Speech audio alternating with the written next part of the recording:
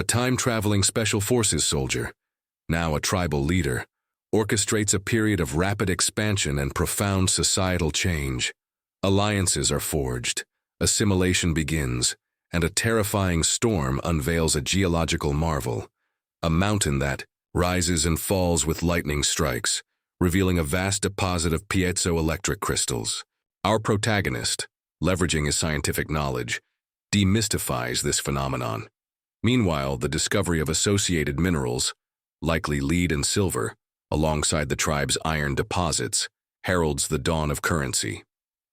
Seizing this opportunity, the leader meticulously blueprints a transition from communal living to private ownership.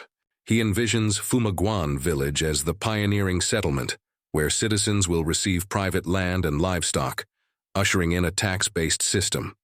The imminent creation of silver and copper coinage promises to fuel a burgeoning market economy. This masterful blend of perilous exploration, scientific deduction, and ambitious societal engineering sets the stage for a captivating transformation, leaving the reader eager to witness the unfolding of these grand designs.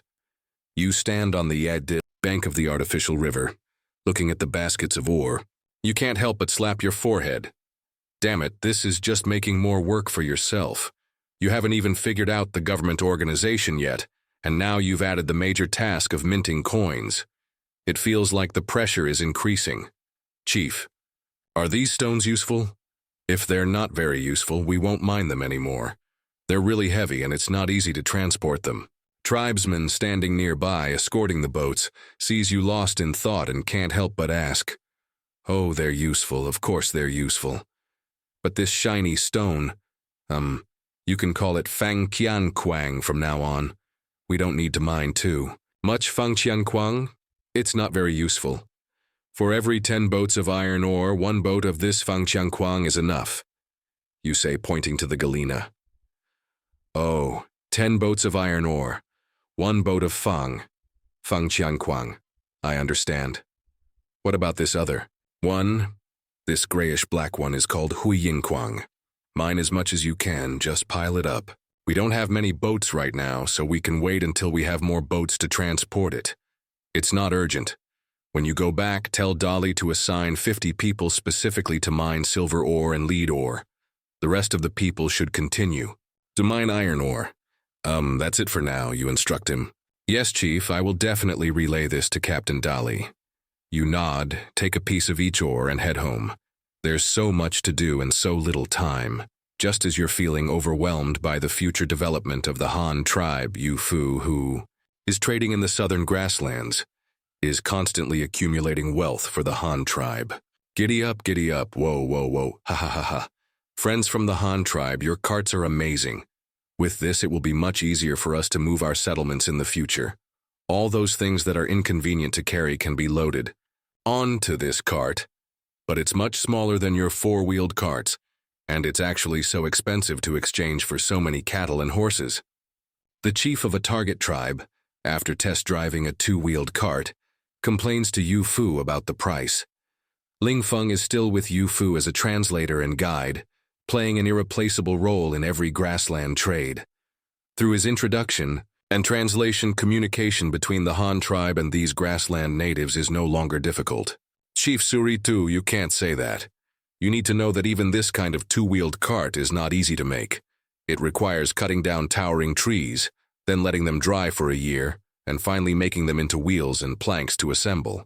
This process is not only extremely time-consuming, but also requires a large number of people. Once these laborers are used to build carts, they can't plant food. Only cattle and horses can help them cultivate more land, so the 2 cattle and 4 horses I asked you for are not many. Without these cattle and horses, those people who build carts for you will starve. Moreover, the value of these 2-wheeled carts is not as low as you think. You must understand that the amount of goods that this cart can carry is far more than your 2 cattle and 4 horses can carry. It's a very good deal for you to buy such a cart." Yu Fu lies earnestly, without any psychological pressure to deceive Suritu. This is not the first cart deal he has made. From the mountains to the grasslands, he led the trading team all the way southwest. Many tribes encountered along the way showed great interest in the Han tribe's carts. After personally test driving and experiencing it, almost all the nomadic chiefs would fall in love with this convenient means of transportation. It's just that the price is too expensive, and whenever the other party bargains, Yu Fu always starts to lie seriously, and the other party always believes in this unchanging statement. Ling Feng, as the translator in the middle, can even recite it. Last time, the time before last, and the time before that. Yu Fu said the same thing to the other party, except for changing the other party's name. Not a single word was changed. Damn it, if he hadn't lived in Hanyang City and seen with his own eyes the Han tribe's windmill-powered automatic wood processing plant, and known how easy it was for those carpenters to make a cart, he would almost have believed Yu Fu's nonsense. You old geezer are really bad. Ling Feng thought to himself, but he has joined the Han tribe, so naturally, he is a member of the Han tribe. Seeing that the tribe can obtain so many cattle and horses, he is also proud of the tribe from the bottom of his heart. Therefore, although he despises Yu Fu for cheating people here, he is still very active in cooperating. You know, when he was a savage before, it was very difficult to obtain a cow or a horse. That's really remarkable. No wonder it takes so many cattle and horses to exchange. In that case, well, I am willing to accept this price. Suritu agreed. Got it, another idiot is fooled, Ling Feng thought in his heart, and then translated Suritu's answer to Yu Fu. It's great that you can agree, but I wonder how many of these carts your tribe needs. Yu Fu, having received a positive answer, asked with a smile. 3, no, 4. You don't come often, and I might not have the opportunity to buy carts next time, so it's better for me to buy more. Suritu made his final decision after thinking it over. As you said, we are indeed far from the grasslands, and we can only come twice a year, but we will definitely come more and more often in the future. The people of the grasslands are all good friends of the Han tribe. We are willing to bring a large number of high-quality goods to the grasslands to make your lives more convenient. I just don't know if your tribe needs anything else besides 4 carts. We also have white salt, cloth, scissors, iron pots and spoons, and exquisite pottery containers. I think these are all things you need. Of course, you can exchange these things for cattle, horses, and sheep, or you can exchange them for animal skins, horns, and tendons, even wool. After the two parties finalized the purchase list for 4 carts, Yu Fu once again promoted other products to the other party. Your woolen cloth is very good, soft and smooth, and it's thin and dense. It's much better than our felt. It's really incredible. How did you turn wool into this? Of course, I'm not asking about the method of making the wool cloth. I just want to say that we need some wool cloth. Well, and your iron pots, iron spoons, and iron scissors, Suritu said. Doesn't your tribe need white salt and pottery? These 2 goods should be what you need most, right? Yu Fu reminded Suritu. That's right, but your white salt is too expensive. We can buy cheaper salt from the Shin tribe's caravan. Although it's not as good as yours, it doesn't affect the consumption. And your pottery, it looks really beautiful, but it's not strong. It breaks when dropped. In comparison, I still think the cheaper bamboo bowls are more practical, Suritu spread his hands to express his reasons. When Yu Fu heard this reason from him, he secretly gritted his back teeth. Damn it, this is not the first time he has heard the name of the Shin tribe from a customer. Undoubtedly, what Suritu said is true. Refined white salt and beautiful ceramic products are indeed inferior to the Shin tribe's sea salt and bamboo bowls in terms of cost performance. Moreover, the latter is almost a natural product, and the cost is indeed something that the Han tribe cannot compare with. Sea salt only needs to be introduced into seawater and dried. Bamboo bowls are simply half a bamboo tube. However, the Han tribe's mineral salt needs to be refined, not to mention pottery. The wood used for firing alone is a huge number. The Han tribe has no advantage in these 2 commodities. However, white salt and ceramics are the 2 most profitable commodities. These are daily necessities. No one can do without salt in containers. Every time the Han tribe conducts white salt transactions, It can bring huge wealth to the tribe, whether it is population or other things. But this time, it hit a wall in the vast grasslands, which Yu Fu could not accept. The caravan bid farewell to Suritu's tribe and continued to advance northwest, looking for the Shin tribe that was blocking their way to wealth. If they meet them this time, they must teach them a lesson. The two zongqi of heavy cavalry sent by the chief are not just for show. The summer grasslands are all the same. Lush pastures thrive, nurturing a large number of livestock and also a large number of people. The elder of the Shin tribe's merchants is leading the team himself this time. In order to make a great contribution to the tribe, he prepared a lot of materials as bargaining chips. He wants to exchange a cart from the Han tribe no matter what, even without considering whether a cart is worth that many materials. But thinking about it from another perspective, even modern countries, if they can introduce an incredible technology, will spare no expense to get it. Well, if you think about it this way, it's not too exaggerated. Elder, there is another tribe ahead. Judging from their attire, they are the ones we have traded with before. Shall we go and take a look? A small leader in the Shin tribe's caravan rode up to the elder and asked, "Do you know the leader of the other party? If he is relatively easy to talk to, go and have a look. Although we want to find the Han tribe, we also have to do business with others." The nearly 50-year-old merchant elder is riding on horseback. The bumps of the past few days make him feel like his body is falling apart. He can't wait to find a safe place to rest. Their chief seems to be called Suritu. He has bought our salt and bamboo bowls before. He's a decent person. He's never robbed us, and the transactions have always been smooth. The small leader replied, "That's good. Then let's go to their tribe to rest for a few days. I'm really useless when I'm old. After riding on a horse for a few days, my body feels like it's falling apart. Yes, elder. You rest here first. I'll go over and make contact with them to confirm." The small leader responded, spurred his horse, and galloped towards a group of felt tents in the distance. As he said, it was not easy for the Shin tribe to open up this grassland trade route in the early days. Since Bamboo Island had no natural, large livestock resources, they didn't know what cavalry was at that time. When they first came to this grassland, they realized how vast the earth was and that humans could ride wild beasts. But they also quickly discovered the business opportunities. Here, although this land was vast, white salt was extremely scarce. The 6 tribes of Bamboo Island, they didn't even know what it felt like to be short of salt, but the people here really needed white salt. Initially, some nomadic tribes had also contacted them. They were very interested in their white salt and bamboo bowls, and were even willing to exchange them for the wild animals they raised. It was in this way that the Shin tribe began their formal trade route. They supplied a large amount of white salt and bamboo bowls to the grasslands, and obtained livestock from the grasslands, learned to raise them, and learned how to make bows and arrows. From then on, the Shin tribe began to rise on Bamboo Island. With powerful cavalry and sharp bows and arrows, they conquered the entire Bamboo Island, and then supplied a large number of bamboo arrows to the grasslands, and gradually explored a trade route. However, this process was not very smooth. At first, when they were still very weak, being robbed by the barbaric nomadic tribes was a common occurrence. If it weren't for the natural barrier of the bay, it was possible that they would have been killed. Therefore, they cherished those friends who were willing to trade properly, and Suritu was one of them.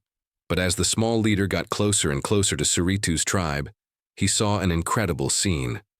Several adult men were sitting on a 2-wheeled cart pulled by horses practicing driving. Suritu, the leader of the other party, was one of them. He was personally driving a cart, and there were several half-grown children sitting behind him, excitedly waving their hands and feet on the cart, laughing loudly. Suritu also had a smile on his face. Those should be his children. That should be what the elder wants. It seems to be called a cart. But the difference from the elder's description is that it's missing 2 wheels, and it should be pulled by 2 horses or 2 cattle. But whatever. The elder will definitely like this thing too, the small leader thought. About 10 minutes later, the small leader met Suritu and reached a trade agreement with him. Then he went back to guide the elder and the caravan. Elder, the Han tribe's caravan has also been to this tribe, and they sold 4 carts to Suritu, the small leader reported eagerly as soon as he returned to the team. What? The Han tribe's cart? They sold it to this tribe? The originally uninterested merchant elder, upon hearing this news, sat up straight as if a spring had bounced his limp body. This was his purpose in coming to the Grasslands. Otherwise, why would he, at his age, come here? Wouldn't it be better to sleep in his own bamboo house? I asked clearly it was the Han tribe who sold them the carts, but it's a little different from what you said. This cart has 2 wheels and there's only 1 horse in front. That's not important. It doesn't matter how many wheels or how many horses it has. Let me see it first. I haven't seen a real cart yet. Take me there quickly, the elder urged spiritedly, not showing any of his previous fatigue. Yes, elder. As he expected, the elder would definitely be interested. The group sped up again and soon arrived at the camp of Suritu's tribe. The merchant elder finally saw the real object of the vehicle he had dreamed of, and his eyes could no longer leave this black technology that was enough to cause a revolution in human transportation. He circled the parked cart, looking left and right, and even disregarded his fatigue to crawl under the cart to examine its structure. After bumping his head, he came to Suritu, dizzy, and the first sentence was, "What do you need to exchange for this cart?" "I want one." Suritu looked at the old man with a strange look. "What did you say?" "I want a cart like this." "What do I need?" "To exchange it for," the merchant elder repeated. The small leader beside him, who was proficient in the Grassland language, also quickly translated. "Want a cart? I can't give it to you. Our tribe only has these 4. Suritu waved his hand and refused. "This, why? We are willing to exchange things for it. Cattle and horses, okay? How many do you want? Please name a number, and we will not." "Bargain," the merchant elder said firmly. No, you may not have understood. It's not about how many things to exchange, but if I exchange the cart with you, then we won't have any. This is the last time the Han tribe's caravan will come. This year, and we will also migrate in late autumn. No one knows if we can meet them next year, so I can't exchange it with you. But if you really want a cart, you can directly trade with the Han tribe. They have many such carts. There were dozens of them when they came, and they left the day before yesterday. They should not have gone far. If you chase them now, you might still catch up. The merchant elder could not help but feel disappointed when he heard Suritu's words, but when he heard the last part, his eyes lit up again. Yes, it would be a better choice to buy the cart directly from the Han tribe. To be able to see this more developed tribe in person might bring unexpected gains. After all, the cart is just one of their commodities. What about that grayish-black sharp metal? As soon as this thought came up, it became uncontrollable. The merchant elder urged his subordinates to quickly trade white salt with Suritu, asked about the direction the Han tribe's caravan had left, and then immediately led the team to chase after them. The merchant elder threw the fatigue of the days of travel to the back of his mind. He knew that in this era, without communication, it was very difficult to find a target in the vast grasslands. If he didn't hurry now, he might never find the other party's trace again. The sky soon darkened. Yu Fu, as usual, ordered the team to stop, set up camp, and start cooking. But the anxious merchant elder did not stop. Instead, he relied on the moon to identify the direction and continued to chase in the direction Suritu pointed out. I hope the Han tribe's caravan didn't change direction, otherwise we might really miss them, the merchant elder murmured tiredly, riding on his horse. Elder, don't you need to rest? No, I can hold on. Tell everyone to keep going. They will definitely stop to rest at this time. Only if we keep going can we catch up with them. All right. But Elder, I don't understand. Is that cart really that important? We are doing fine without a cart now. The small leader asked puzzledly. What do you know? With that cart, even that kind of 2-wheeled cart, how many cattle and horses can be saved? The things carried by 10 cattle may not be as much as that cart can hold. If we have this convenient transportation tool, then the saved cattle and horses can be used for other things, such as cultivating more fields. the merchant elder scolded. Yes, I understand. The merchant elder looked back at the long line of the team and the cattle and horses that were just traded at the end. He couldn't help but frown. This speed was too slow. He didn't know how long it would take to catch up. With the Han tribe's caravan, let's split the team. The cattle and horses behind are too slow. You take a few people and go with me first. This way we can be faster. Yes, Elder. The Shin tribe's caravan started moving again. The entire team was divided into two. The goods and cattle and horses were left behind to continue moving forward, while the Elder led 20 people, each with 2 mounts to chase quickly. They ran all night like this and finally found the traces of the Han tribe at dawn. They saw obvious cart tracks on the ground in the morning light. Following these tracks for an hour, they finally saw the Han tribe's caravan in the distance. It was a caravan consisting of 8 4-wheeled carts and more than 20 carts, and many strangely dressed warriors guarding it. This should be the Han tribe's caravan. Captain, the group behind seems to have caught up. I don't know what their purpose is. My Azuka has been watching them for half a day. A member of the Eagle clan in the caravan reported to Yu Fu. Well, then we'll wait here and see their intentions. Have your Eagle scout carefully to see if there are any other teams nearby. Don't let us be surrounded. Also, tell all the cavalry to mount and be alert, ready to deal with any possible danger, Yu Fu ordered decisively.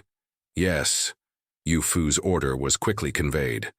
The heavy cavalry mounted their horses and guarded both sides of the caravan, ready to guard against possible attacks. Screech, with a high-pitched eagle cry, the giant eagle that had been circling in the sky also landed. Its owner also immediately reported the reconnaissance situation to Yu Fu. Captain, no one else was found nearby, only the 20 or so behind. Okay, I see. Continue to be alert. Yes. Yu Fu also rode on his horse and looked in the direction of the merchant elder, watching the other party approach him quickly. Soon, the merchant elder came to the Han tribe's team. A person who looked like a small leader said something to the old man beside him, and then rode forward and said in the Grassland language, "We are the Shin tribe's caravan. Are you from the Han tribe? Our elder wants to talk to your leader." Ling Feng was also taken aback when he heard the other party's name, and then quickly translated it for Yu Fu. Hey, I haven't even settled the score with them, and they actually came to my door. Interesting, tell him that the leader of the Han tribe is not here. I am in charge of the caravan now. If he has anything to say, just say it directly. I want to see what tricks they want to play. Yu Fu couldn't help but sneer after knowing the identity of the other party. Ling Feng quickly relayed Yu Fu's words. The small leader who had just spoken on the opposite side also leaned close to the old man's ear and whispered. After a few words, the old man spurred his horse 2 steps forward, faced Yu Fu directly, and said, "Friends of the Han tribe, we want to trade for a few of your carts. I don't know what we need to exchange them for," the merchant elder said firmly. At the same time, he was also looking at the attire of Yu Fu and his party, as well as the strange costumes and metal weapons of those warriors. Their weapons were indeed made of that sharp and hard metal, the merchant elder thought to himself. Want carts? Hehehe, do you think I will give them to you? Also, we are not friends, Yu Fu sneered, feeling that the other party was wishful thinking. They were clearly competitors, yet they came to buy carts. Weren't they afraid of being killed by him? They really had no self-awareness. The merchant elder also felt Yu Fu's ill intentions. It seemed that the other party did not welcome him. Could it be because of the white salt? As the merchant elder in charge of the Shin tribe's foreign trade, he was not a fool. Although he didn't know where the refined white salt of the Han tribe came from, it was definitely not as easy as them directly drying seawater, not to mention anything else. At least the seawater was endless. The Shin tribe had an absolute advantage in the raw material for salt production alone. In addition, he also learned about the price of the Han tribe's white salt from the previous trade situation, which was much higher than theirs. In this way, as long as the Shin tribe's caravan continued to sell white salt in the grasslands, it would be difficult for the Han tribe to sell their white salt. It is conceivable how much loss this would bring to the Han tribe. It was normal for the other party to regard himself as an enemy now. Who told him to block their way to wealth? But the merchant elder was not worried. He had made full preparations for this meeting. With so many materials, he didn't believe that the other party would not be tempted at all. No, even if we are not friends now, there should be no problem with just making a transaction. Don't refuse first. I think you will definitely be interested in what I have to say. The merchant elder had a confident expression. He calmly took a bamboo tube hanging on the horse's neck and threw it to Yu Fu, who caught it in one hand. This bamboo tube was not very large, about the size of a mineral water bottle, but it was quite heavy.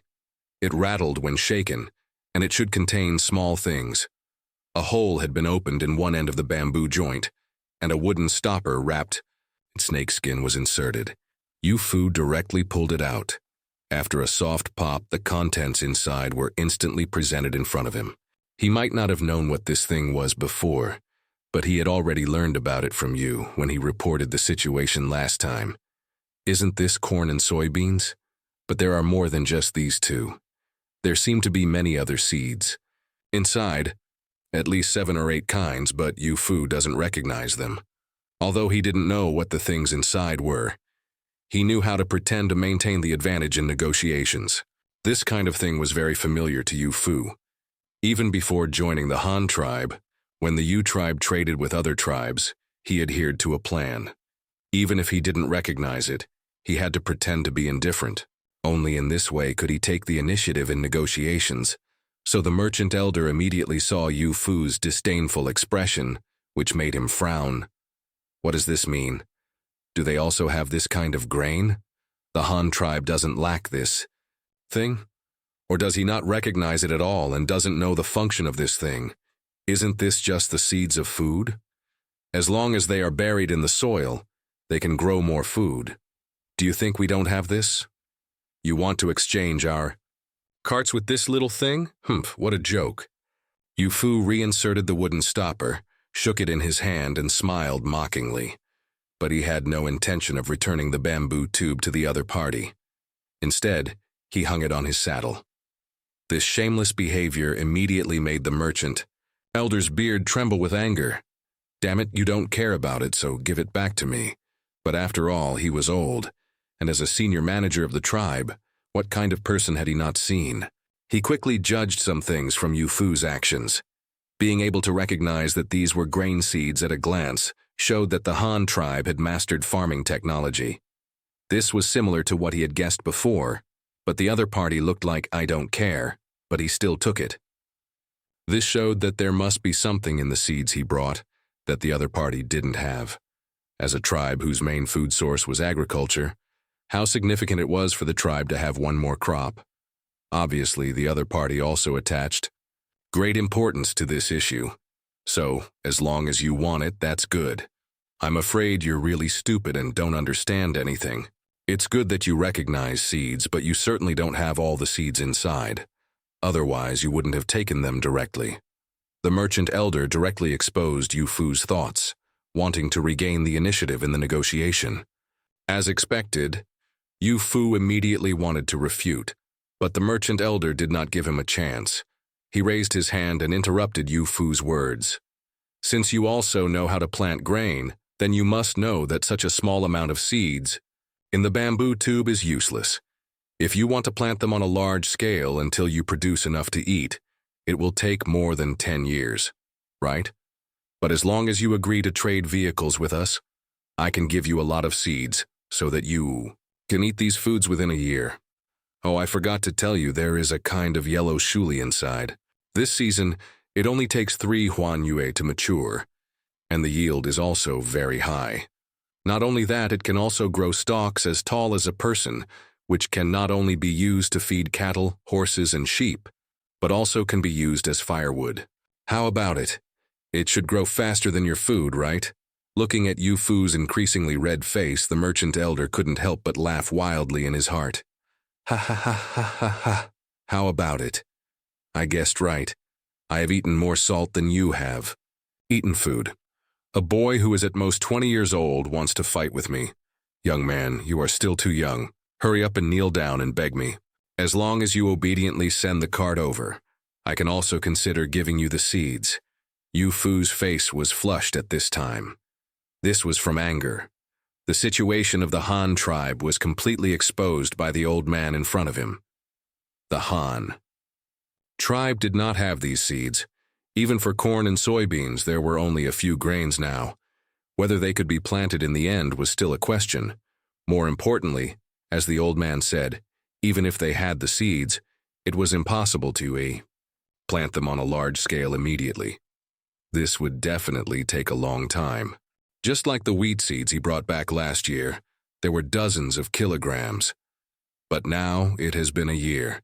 Except for tasting flour once before, he hasn't eaten it once, let alone let all the tribesmen eat flour every day.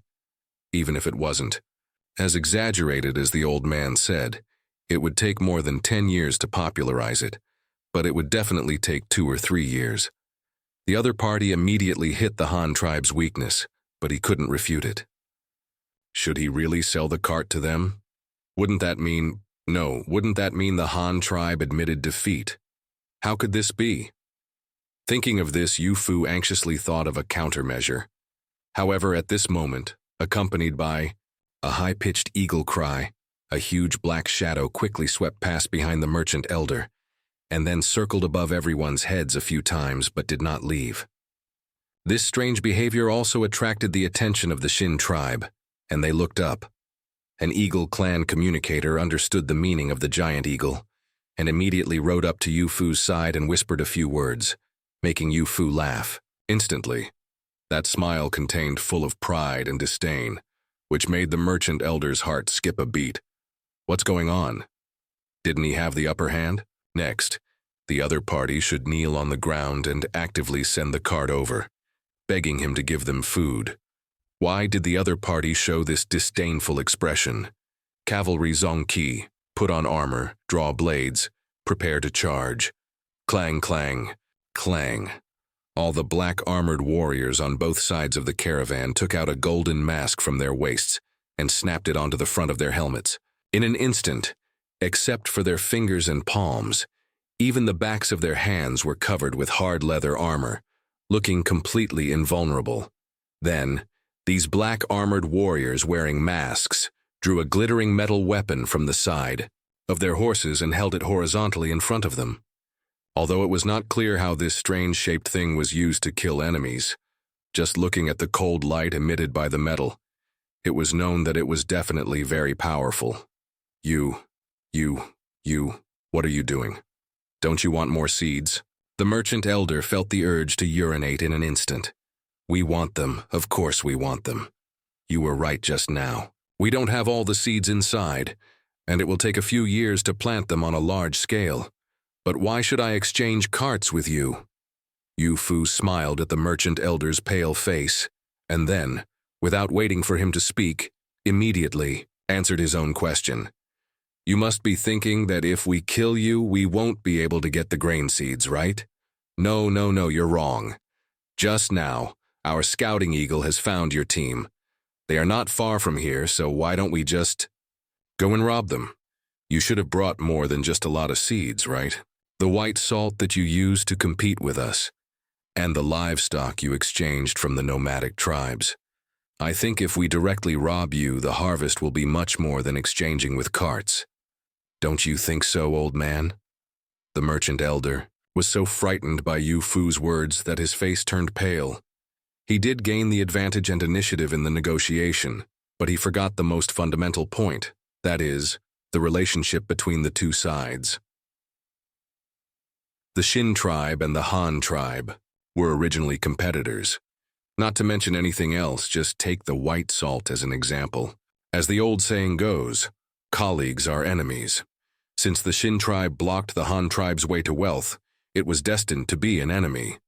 But since ancient times, when negotiating with enemies, the advantage has always been in the hands of the one with higher force. If you can't beat me, then there is only an unequal treaty. Who the hell is going to talk to you about etiquette and morality, and even want to threaten me with some grain seeds? Heh, it's simply a joke. That giant bird is yours? No, you can't do this. We are trading fairly. You can't just rob our seeds. I didn't say I wouldn't give them to you. We just want a cart. The merchant elder looked at the cavalry who were like divine soldiers descending from the sky and said tremblingly, he no longer had the previous posture of having everything under control. And at this moment, Yu Fu had already seen a caravan coming towards them from behind the merchant elder. Fair? Then obediently hand over the seeds. As for the cart, it's not impossible to give you one, but I have a condition. Unless you can agree, I will never let you go back alive. How about it? Are you interested? Yu Fu looked at the old man trembling in front of him with amusement, feeling that it was much more comfortable than the other party's proud look just now. What condition? The merchant elder asked impatiently. First, your future trading range should be retreated 1 month's journey south from here. If you come again next time, I will kill you every time I see you. Second, you raise the price of white salt to the same as ours. The trading price is not allowed to be lower than ours. How about it? As long as you can agree to these 2 conditions, I can agree to give you a cart, Yu Fu explained to the other party, stretching out his fingers.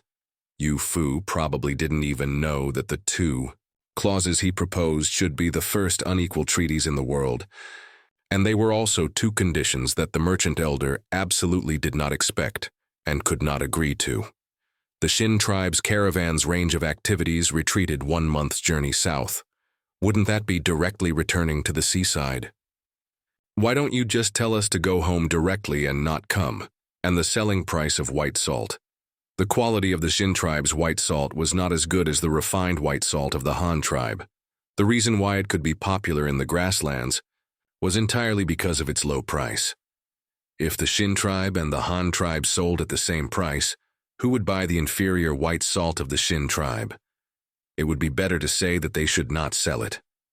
No, you can't do this. This is not fair. We just want to make a deal. We didn't prevent you from trading things with other tribes, so you can't interfere with us either, the merchant elder retorted. Oh? Exchange the cart with you and then let you use the cart to bring more salt to compete with us? Do you think I'm a fool? I don't think it's unfair.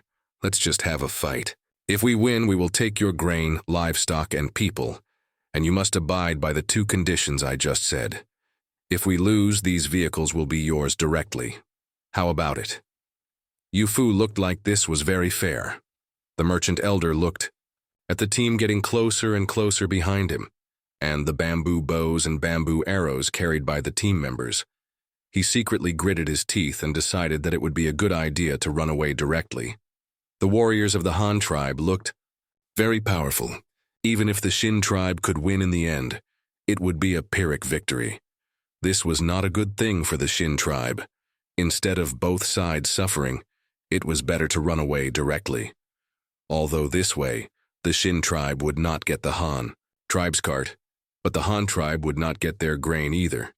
Since the last transaction when the small captain brought back a bunch of things from the Han tribe, all the high-level officials had a strong interest in the Han tribe. But at this time, the merchant elder could no longer care about studying the various magical aspects of the Han tribe. Now, being able to save his life might be a luxury. Looking at the team getting closer and closer, and the grain seeds and a large number of sea salt being escorted, the merchant elder immediately shouted to the back, run quickly. They are enemies, don't fight them. Quickly protect our goods and retreat. In this way you have no way to rob, right? As for himself, as long as the seeds of the grain were still in the hands of the Shin tribe, then he could use this to threaten the Han tribe. It should be no problem to save his life, the merchant elder thought. The Shin tribe's bamboo bows were not very long, only about 1.3 meters, which was very suitable for mounted archery. Moreover, their bamboo bows were not single-piece bows, or rather, they were made by gluing together 3 bamboo pieces of different lengths, but their range was still very poor, barely reaching 150 meters. But at this distance, their beast-tooth bamboo arrows had little lethality, especially when facing the Han tribe's fully armored cavalry. The swishing arrows hit the warrior's armor, but the lethality of these light arrows made of hollow bamboo tubes was extremely low. They fell off immediately after hitting the armor. As the distance between the two sides narrowed, some arrows had left marks on the warrior's armor, but that was all. At 30 meters, after shooting 2 rounds of arrows, the two sides were already at a distance where they could charge face to face. The Han tribe's heavy cavalry, lined up in a horizontal line, immediately encircled all the opponents in the battle. Formation. Everyone held their long sabers horizontally with both hands. They only needed to charge forward. There was no need to make any extra slashing movements. Puff Z. The sound of the long saber being blocked by the opponent's body continued to sound. However, under the high-speed charge of the horse, even an unsharpened iron piece could still cut a human body in half, not to mention the long saber specially made for this purpose. Wu Yun was a true grassland man, living in the vast grasslands for pastures with abundant water and grass. For population, and even for women, there were often battles of various sizes between tribes. Some tribes won, and they could obtain a large number of livestock and women and children. Those losers, if they were unwilling to surrender, could only be expelled or killed. Wu Yun came from such a defeated tribe. At that time he was not even as tall as a horse's back. According to the rules of the grassland, children like him could only be regarded as spoils of war and could not be killed like adults. But Wu Yun, who was full of hatred, was unwilling to live a Guji life in the enemy's tent. He wanted revenge, but he had no ability. Until he later stole a horse and escaped from that tribe, he became a wandering savage. In his wandering career, he had seen many battles, big and small. Strong men used horn bows to ruthlessly shoot their own kind. He knew that he had no chance of beating such people, until he met Ling Feng, the savage who, like himself, had met a few times. He was wearing exquisite woolen clothes and staying with a group of people with tied hair. At that time he realized that the other party had joined the Han tribe and had a high status in that huge tribe. This made Wu Yun very envious. So, under Ling Feng's recommendation and Yu Fu's invitation, Wu Yun also successfully joined the Han tribe and met the leader whom everyone called a god. He was very lucky. Several grassland savages who joined the Han tribe with him were all reused by the leader and became glorious warriors of the Han tribe, and even small officers. Wu Yun became a Shaoqiguan, managing 11 people under him. This was something he had not expected. The leader trusted him, a savage, so much, and the task he was assigned was also what he was best at, being a cavalry leader, teaching his subordinates to ride horses, and being able to fight on horseback. This kind of thing was normal for a savage who roamed the grasslands alone, but the strange thing was that the weapon the leader gave them was not a bow and arrow, but a shiny silver long saber. This was a weapon he had never seen before, and he didn't even know how to use it. So, out of his confusion, he went to the leader to ask. There will be bows and arrows, but not now. Good quality bows take a long time to make. I don't have that time, so you can only use sabers now. Go ride your horses and slash your enemies to death. If you want bows and arrows, you'll have to wait until next winter at the earliest. But, Chief, using this saber, you have to charge to the enemy to attack. The grassland people are good at mounted archery. Before we get close to them, we will be shot to death several times. Isn't this sending the warriors to their deaths? How could I possibly send you to your deaths? I've long thought about the enemy's arrows. Come, put on this armor, wear this mask. Unless you've been cursed with 8 lifetimes of bad luck, the enemy's arrows won't be able to hit your eyes. Put it on. Take your long saber and go kill all those enemies who refuse to submit to the Han tribe. Recalling the chief's words in his mind, Wu Yun loudly urged his warriors to charge together. This was his first time fighting in this kind of clothing made of rawhide. The chief called this clothing armor. With his face covered by a golden mask, his whole body was stiflingly airtight. Sweat dripped constantly, making him exceptionally nervous. The enemy in front began to shoot arrows, but he couldn't retreat. He could only close his eyes and charge forward. But soon, along with the pa-pyang sounds of arrows hitting the armor, Wu Yun surprisingly felt no pain. He happily raised his head to look ahead. An arrow flew straight towards him, striking the mask directly but to no effect. He slightly leaned forward, lowering his head a bit to avoid stray arrows that might hit his eyes. The chief hadn't lied to him. This armor really could block the enemy's arrows. He just didn't know how good this weapon called a long saber was. Would it really be better than bows and arrows? Wuyun thought so, but he had no answer. Nor did he need one because the enemy was already close at hand. "Warriors, raise your sabers with me! Charge!" Wuyun's roar came from behind the mask. The next moment, all the warriors following their previous drills charged into the enemy formation in an instant. They didn't know what the outcome would be, as this was their first battle. The moment they charged into the enemy formation, they could only feel their long sabers encountering some resistance, and then the feeling disappeared the next moment. This was followed by terrified screams, or the sound of heavy objects falling to the ground, and then the feeling of resistance again, disappearing. Resistance, disappearing. The team of more than 100 people wasn't very long. They quickly slaughtered their way through the enemy formation. After discovering that there was only open ground ahead, the Zhao Qizhang called a halt to their warriors. They were bewildered. They were still alive. But what about the enemy? They looked at their long sabers, which were already stained with dark red blood. Was this the enemy's blood? What exactly happened? Wuyun impatiently turned his horse around to look back. The scene that met his eyes made him feel as if he had seen hell. Some horses had lost their heads, and the smooth cuts on their necks were still spurting hot blood. On their backs, their riders had lost an arm, and even the same side of their waist and abdomen had been cut open with a huge gash.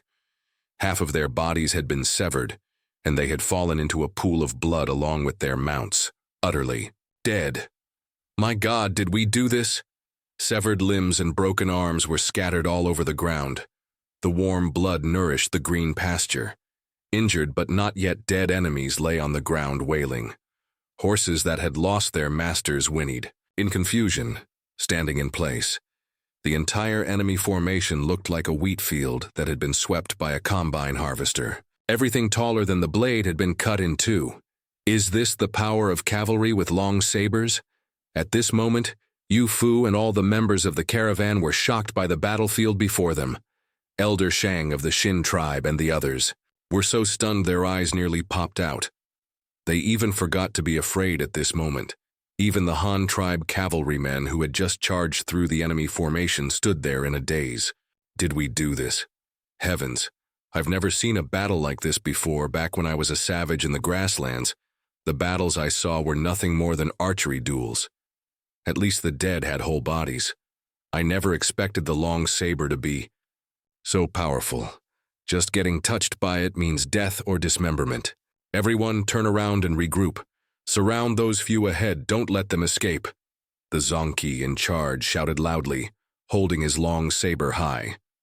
With the heavy cavalry reforming, Elder Shang and his group finally came to their senses. He trembled like a sieve, shaking on his horse, unable to believe the scene before his eyes.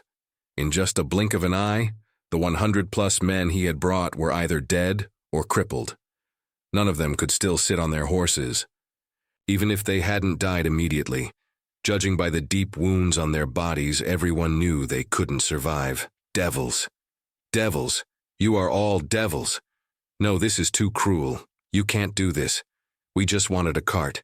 You can't do this. Elder Shang screamed in terror. Yu Fu also smacked his lips. He hadn't expected the heavy cavalry the chief had formed to be so powerful. They had just charged through once and killed them all. Was it a bit too much? But why wasn't he afraid at all? Well, with warriors like these, what did he have to fear? That's right. That's how it is. Old man, remember what I told you? From now on, your trading range must retreat south by a month's journey, and the price of white salt must not be lower than ours. If you can't make that decision, tell these words to your chief. Don't let me see you again, or next time I won't let a single one of you go.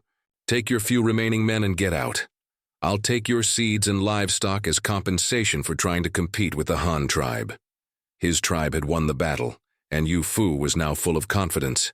He wasn't as polite as he had been at the beginning. He could have kept them all, but then there would be no one to go back and deliver the message. Moreover, letting this group who had witnessed the strength of the Han tribe go back was far better than killing them directly. This way, at least a seed could be planted in the Shin tribe, a seed of fear. Elder Shang was still screaming in terror, but the squad leader beside him pulled him up and they ran. Only 21 of them were left. Now, they no longer cared about the goods and livestock. Taking advantage of the fact that Yu Fu didn't want to kill them, they urged their remaining mounts to flee, hoping to get out of the Han tribe's sight as soon as possible.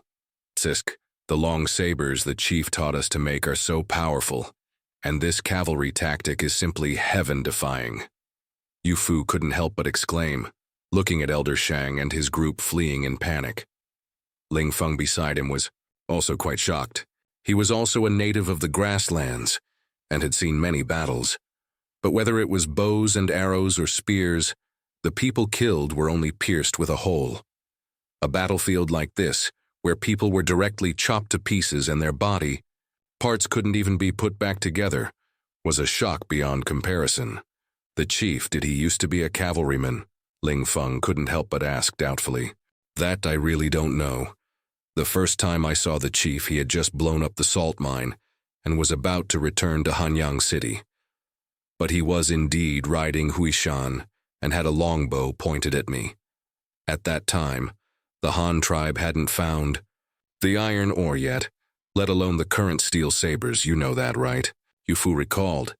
Yes, the chief's wisdom is unfathomable, truly beyond our comprehension. Every item he creates is unlike anything mortals could possess. They are all divine artifacts, Ling Feng added.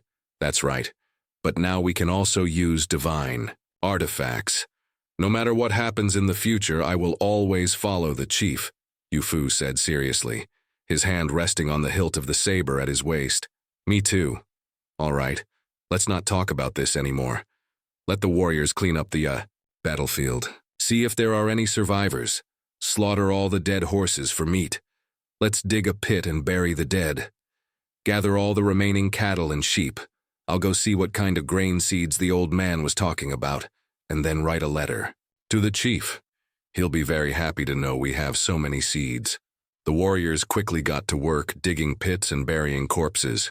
As for blood phobia, vomiting, or first battle syndrome, none of that could be seen in them. Before joining the Han tribe, every warrior had to hunt every day. They were used to corpses and blood. When there was no white salt to eat, they even drank blood. By the time a 5-meter square pit was dug, those who were dying had already breathed their last. Of the other side's 120-plus people, only 8 were considered lightly injured. The wounds on their bodies were not very deep. With clean cloth and the snake tribe's hemostatic medicine for bandaging, they should have a chance of survival. However, these 8 captives were still in a daze, either dumb or mad, or perhaps pretending to be, but it didn't matter. As long as he took them back, when they returned to Hanyang City, the chief would definitely be able to get information about the Shin tribe from them, and then send them to the mines. Perfect. About 3 or 4 hours later, it was already noon. The messy battlefield had been completely cleared. Except for the blood-stained soil and grass, it seemed as if nothing had ever happened. The dead horses were butchered and placed on the carts. The 8 captives were also tied to the 4-wheeled carts by the warriors with ropes. Yu Fu had already inventoried the spoils of this battle. There were 321 horses in perfect condition.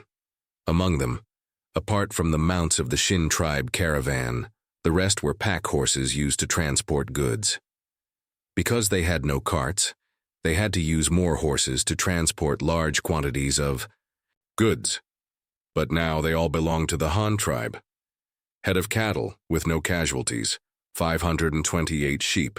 These were all traded for white salt by the Shin tribe, a total of 260 baskets of various plant seeds, with each pack horse carrying 2 bamboo baskets. This was also the Shin tribe's main method of transportation. Corn made up the majority, about 2/5, and different colored beans also accounted for 2/5. The remaining 1/5 of the seeds were unknown, all very small, possibly vegetable seeds, not grains. In addition, there were 120 baskets of sea salt and over 10,000 pieces of bamboo arrow material. The exact number was unknown, but they were all thin bamboo pieces without arrowheads or shafts. There was a large pile of animal hides and horns, all traded for white salt, as well as a pile of flat bamboo tubes, which they called bamboo bowls. In addition to these, there were also captured enemy weapons, 93 intact bamboo bows, an unknown number of bamboo arrows, and some rare metal products, 3 silver bowls, 3 silver spoons, a round copper disc of unknown use, 6 copper sword-shaped daggers, and 2 short copper knives, apparently kitchen utensils or table knives used for dividing meat. No copper pots were found, either because they didn't bring them or because they didn't know how to use pots. After meticulously organizing the spoils, Yu Fu wrote a very long letter, and together with the bamboo tube filled with seeds, sent it back to Yu via a flying eagle that very afternoon. This is good news, he thought. No one cares more about these crop seeds than you. After all, you were the one who taught them the skill of farming. If the chief could see the samples of the seeds and the quantities marked in his letter, he would surely jump for joy. As for the caravan's next move, Yu Fu didn't plan to return immediately. Besides those seeds, he wanted to lead the caravan, to sell off the stolen white salt and the white salt they had brought with them first. This was not a small amount. If it were all exchanged for cattle, horses, and sheep, it would be a very large number, which would play a significant role in the construction and development of the Han tribe. In the afternoon, the caravan did not continue to advance. Yu Fu instructed everyone to make cloth bags from the trade cloth, transfer the seeds into the cloth bags, and then load them onto the carts for transport. A small team was sent to transport the seeds back first. After all, compared to the caravan's harvest, those seeds were the cornerstone of the Han tribe's development. Early the next morning, after Yu Fu's careful consideration, a seed convoy consisting of 6 horse-drawn carts began its return journey. A zonki of heavy cavalry, including a member of the Ying clan as a communicator, plus 10 coachmen provided by the caravan and 100 pack horses for replacement, were responsible for the escort. Yu Fu's orders were simple and brutal. The horses could die, and people could be sacrificed, but the seeds must be safely transported back to the tribe. The clansmen responsible for the escort also understood the importance of the seeds to the tribe, and they all promised to complete the task. And just as the escort team began its return journey, several major events occurred at the same time. In Hanyang City, making this hot day no longer ordinary, and even worthy of being recorded in history. The Han tribe saw the first appearance of windows made of translucent, waterproof oil paper. The Han tribe's first batch of small Xiaokai brushes were successfully trial-produced. The Han tribe produced dry, block-shaped pine soot ink for the first time. The Han tribe's first batch of 1,000 pencils was completed. In addition to these, there was also the completion of the first batch of black pottery inkstones. 5 firsts occurred simultaneously on the same day, certainly a day worth commemorating. Although they were all small items, pencils and brushes as tools specifically for writing, undoubtedly had special significance. It could be said that only today did the Han tribe have a way to popularize culture. However, the first people to fall in love with pencils were not the students you hoped to see, but rather their creators, the Han tribe carpenters, which you did not anticipate. Chief, these pencils you had us make are really convenient for marking lines on wood. They're even better than using inked lines for making short marks. But Chief, what are so many pencils for? Are they really just for us to draw lines? Mutong, the leading carpenter of the Han tribe, asked you. If it were someone else, they might not have dared to speak to you like that. Only the first few people from the Shu tribe had that kind of courage. You didn't know how to answer for a moment. But thinking about it, what he said wasn't wrong. Wasn't your original intention in making pencils to draw? So what difference did it make whether you drew on paper or on wood? Well, you could say that. Although I originally thought of drawing on paper, Drawing on wooden boards is the same. Since you've already used pencils, you should have already experienced the advantages of drawing with pencils. If you sharpen the pencil and use it with a ruler, then drawing detailed designs will no longer be difficult. This will be of great help to us in creating more advanced tools in the future, you answered slowly. Of course, there was also what he hadn't said. Pencils were very convenient for writing mathematical calculations and for drawing precise maps and nautical charts. Especially in terms of portability, they were more suitable for quick writing and drawing than brushes. I see. This tool is indeed good, but do we need to make so many? Mutong continued to ask. Of course, these 1,000 pencils are not many. They will be used up very quickly, and I plan to let everyone learn to read, write, and do arithmetic. The adults of this generation can be excused, but the children must all receive an education. I don't expect them to be very capable, but they must have basic literacy and numeracy skills. Pencils play a big role in this, so you should continue to make them. Make as many as you can. They won't go bad, so just stockpile them. Oh, I see. Then I'll assign production tasks to the people in the group and strive to make more reserves, Mutong said, enlightened. Yes. By the way, how is the stock of fir wood? How many materials for those composite bows have been stockpiled? I plan to start mass production of composite bows this winter. You need to prepare the materials in advance. I don't want to see a situation where new bows can't be made due to insufficient materials. You nodded, suddenly remembering the issue of replacing composite bows, and couldn't help but remind him. Of course there's plenty of wood. We've been cutting lumber since before we built the city. The earliest fir wood has been air-dried for more than 2 years, so making bows is no problem. But as for the other materials like ox horns and sinew, I can't do anything about that. It depends on how much you Fu and the others can collect, Mutong said, spreading his hands. All right then, you go back to work. I'll urge you Fu about the ox horns and sinew. You took 50 pencils and left the wood processing workshop, returning to your home. Xiaodi was happily looking at the newly pasted window paper, unable to help but giggle. Husband, this oil paper is so good. Even if the windows are closed, it won't be dark inside. This way, if the weather is bad, I can still sew clothes inside even with the windows closed, Xiaodi said, seeing you return. Of course, not only can you sew clothes, you can also write and draw. You added. Eh? What's that you're holding? Are they new chopsticks? No, these are pencils also for writing and drawing. For writing, but you just brought brushes and inkstones to the table. Why do you need more writing tools? Xiaodi asked, puzzled. It's different. One is a soft brush and the other is a hard pen. You'll know once you use it. You went to the empty room next to the main room. The kang in this room was full of your possessions. Clothes, animal hides, even grain, and some stones you had collected. It was practically a small warehouse, but your favorite was the oak desk under the window. This desk was built by you, guiding the carpenters. The material used was all white oak, hard and sturdy.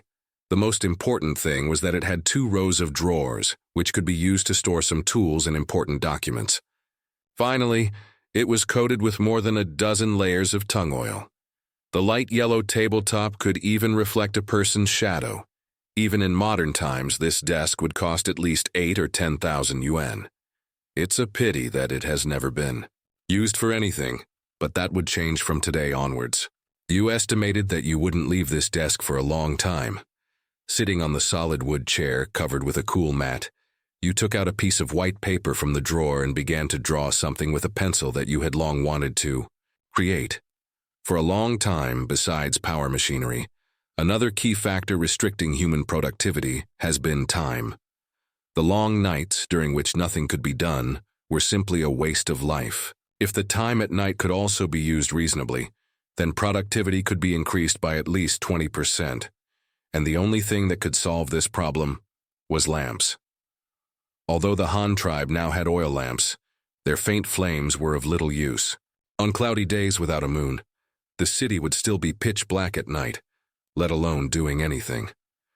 So you decided to create a new lighting device to replace the current oil lamps. But the new device still seemed to be an oil lamp, However, unlike the previous lamps that simply inserted a wick into the oil, the lamp you wanted to make this time was the glass-covered kerosene lamp that shone brightly in the early days of the founding of our country. Compared with candles and ordinary oil lamps, this kind of lamp, called a hurricane lamp, was not only rainproof and windproof, but also easy to carry and provided ample light. It was definitely a major device worth developing. This was not a fantasy. The Han tribe now definitely had the ability to make this divine artifact. The materials had been gathered. Crystal could be used as pure silica to fire glass. The oil, pot and lampstand could be directly welded with copper plates. This might have been difficult before, but it was no longer a problem with lead. Mixing tin, which has a melting point of over 200 degrees Celsius, and lead, which has a melting point of over 300 degrees Celsius, into an alloy creates the best solder at present. The melting point of this lead-tin alloy is not higher than 300 degrees Celsius, and it combines the adhesion of lead and the hardness of tin. Its ductility is also very good, and it can be processed into very thin solder strips. During work, just heat a soldering iron directly in a stove to over 400 degrees Celsius. It doesn't even need to be red hot, and then use the solder strip and soldering iron to directly press onto the seam. It's no different from modern electronic soldering. Only the method of heating the soldering iron is more primitive. Such welding technology is very simple, but very practical. Making a sealed oil pot is a piece of cake. Of course, containers made with this welding method are not resistant to high temperatures, but the oil pot at the bottom of a kerosene lamp doesn't need high temperatures. After all, the flame is above the lamp mouth, not directly burning in the oil pot below. Whether it's resistant to high temperatures or not doesn't matter, as long as it doesn't affect normal use. Finally, there's kerosene. Although the Han tribe currently can't get it, using tung oil is the same. It's just for lighting. It doesn't matter what you use. In this way, the three most important parts of the hurricane lamp are all solved, and it's only a matter of time before it's made. But since you thought of lamps, you suddenly remembered a more environmentally friendly lighting method, the light-emitting plants unique to this world. Except for a visit to Rumeng Water Valley the year before last, you hadn't been there for a long time. The dreamlike scenery still fascinated him. Since there was no time to go, he might as well move Rumeng Water Valley here. Imagine if all the streets of Hanyang City were planted with light-emitting plants, how beautiful it would be at night. Tall willow trees would sway in the wind like LED light strips, releasing pinkish-white fluorescence. Add some flowers and plants that glow at night to create green belts. Tisk, tisk. Even streetlights could be saved. Truly energy-saving and environmentally friendly. Moreover, compared to the hot daytime, many people like to enjoy the cool air at night. But due to the pitch-black darkness, they would rather stay in the stuffy houses. You guessed that these primitive people had only recently changed, and they still hadn't forgotten their fear of the dark, just like they had to return to the caves when it got dark before. But now it's a safe city with no wild animals or enemies. If the entire Hanyang City could be lit up, there would definitely be clansmen coming out to enjoy the cool evening air. And rich nightlife, even if you don't deliberately develop it, the clansmen will develop their own forms of entertainment. This is definitely a very good way for the clansmen to relax after a hard day's work. The more you thought about it, the more feasible this method seemed. You even developed more uses for light-emitting plants, such as glowing potted plants. Placing them in the house could serve as a constantly lit nightlight. Although not very bright, it would definitely be enough to see things in the room at night. The most important thing is that if this method is successful, how much candles and tung oil could be saved. It's simply unbeatable. And these light-emitting plants can not only make people's lives more convenient, but also greatly improve the happiness of the clansmen. It's like the difference between living in a mountain house without water or electricity and living in a beautiful scenic park. Of course, people living in the scenic area would be in a better mood. If possible, you would also like to live in Rumeng Water Valley every day. But the environment there is not suitable for growing crops. unless you destroy all those light-emitting plants and convert them into farmland. But that would be a real waste, so he had never set Rumang Water Valley as a residence. But it's the same now. If this plan can really succeed, it would be equivalent to artificially creating a Rumang Water Valley. It would be too beautiful for words. In addition, the planning for luminous streetlights should also be spread to Xinjiang as soon as possible.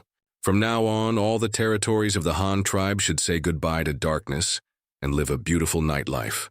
You put down the drawn hurricane lamp blueprint and excitedly went to the main room to tell Xiaodi your idea. Xiaodi also immediately became excited.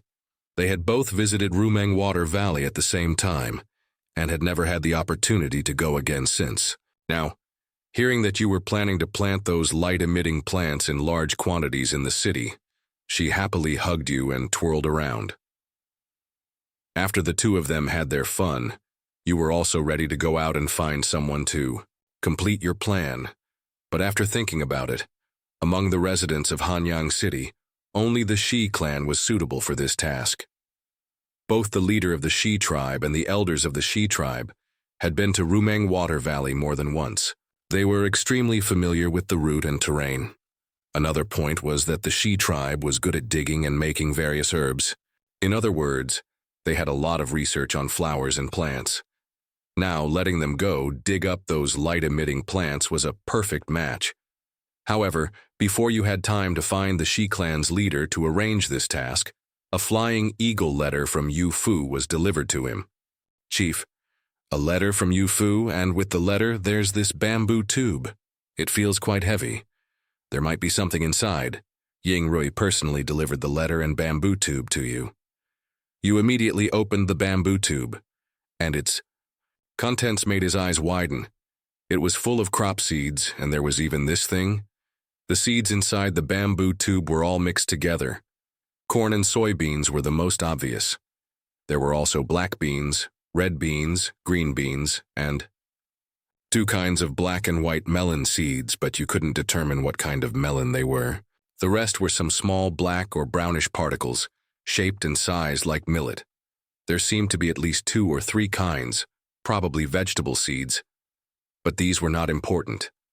The important thing was that the moment you opened the bamboo tube, you smelled a strange and familiar fragrance.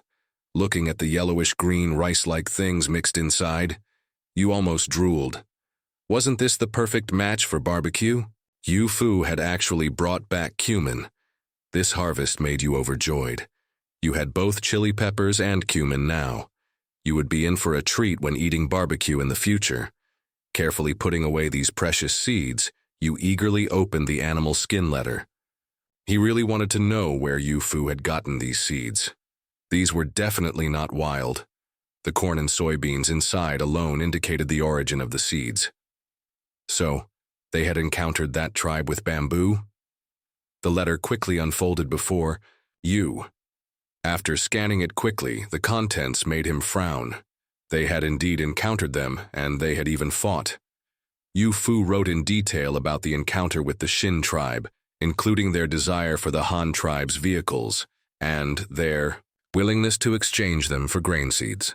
However, Yu Fu did not agree and gave his reasons, saying that if they copied the vehicles, they would definitely double the amount of white salt sent to the grasslands in the future, and then there would be even less room for the Han tribe to survive.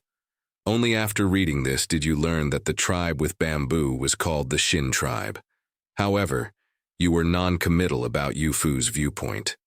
It was certainly not easy to build a cart. Even if the cart was sold to the Shin tribe, they might not be able to make the same one. The key point here was still the tools. Without suitable tools to process wood, it was really difficult to build a cart with wood. If you were to handle this matter, he might actually sell the cart to the other party. Of course, the premise would definitely be to rip them off severely. If the other party really couldn't make it, then the Shin tribe would still have to buy carts from the Han tribe. What a great project for earning foreign exchange. But Yu Fu's considerations were also correct. The white salt business in the grasslands was of course also something to contend for. White salt, as an important resource indispensable to both humans and livestock, Whoever occupied a larger market share in the grasslands would have greater say there. If all the white salt trade in the grasslands could be monopolized, it would be equivalent to controlling the lifeblood of the entire grassland. You would never give up such important interests. Moreover, it's not just about interests, geopolitics is also key. This is related to the Han tribe's influence in the grasslands and its diplomatic relations with the grassland tribes. So overall, Yu Fu's ideas and actions were not wrong. Moreover, he had traveled so far. There were no phones at this time, so he couldn't just make a phone call back to ask questions. Even using a flying eagle to send a letter would take 2 days. It was obviously too late to ask for your opinion. As the saying goes, a general in the field is not bound by the orders of his ruler. The situation on the front lines of the battlefield changes rapidly, and the boss sitting in the rear cannot make blind commands. You, of course, knew this. In general, Yu Fu did quite well. First of all, the 2 conditions he put forward were very good: letting the other party retreat a month's journey and limiting the price of their white salt. Although it was only a verbal agreement with no binding force and no power to supervise, it didn't matter, as long as it could intimidate them a little. True benefits still had to be fought for. Just talking was useless. With a population of over 20,000, you were not afraid of any enemy now. Finally, there was Yu Fu's description of the battlefield and the arrangements made afterwards. The way the newly formed heavy cavalry fought and the way and effect of the battle were similar to what you had originally envisioned. However, it also exposed some problems, namely the durability of the leather armor. The Shin tribe's bows had inherited some essence of the grassland bows.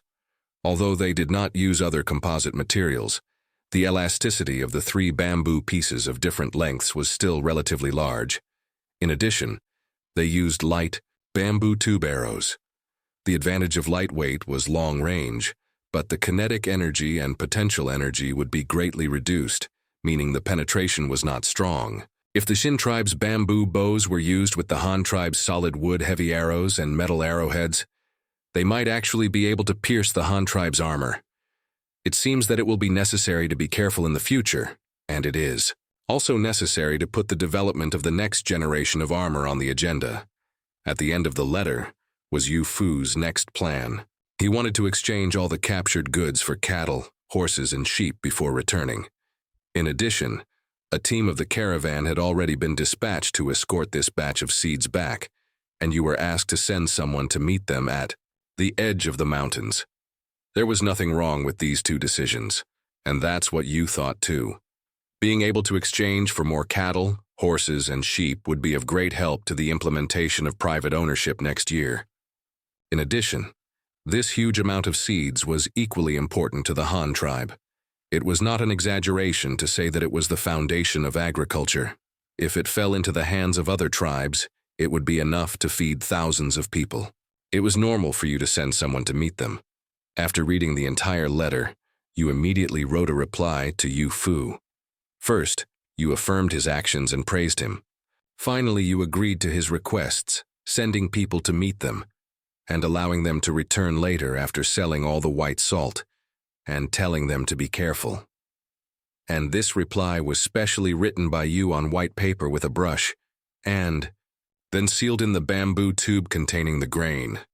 You couldn't help but wonder what Yu Fu would think when he saw the reply in black and white. After replying to Yu Fu, you didn't forget what you were going to do at the beginning. He immediately sent someone to find the leader of the Shi clan, and told him about the plan to go to Rumeng Water Valley to collect saplings and flowers and plant them in the city. Chief, this idea of yours is really great. If we can plant those light-emitting flowers and plants in Hanyang City, then we will be celebrating Spring Festival every day. I just don't know if those plants are easy to transplant, the Shi clan leader said, frowning thoughtfully. It should be no problem. The main tree species there are willows. Willows are very easy to grow. As the saying goes, unintentional willow. Cuttings grow into shade. They should be very easy to grow, you explained to him.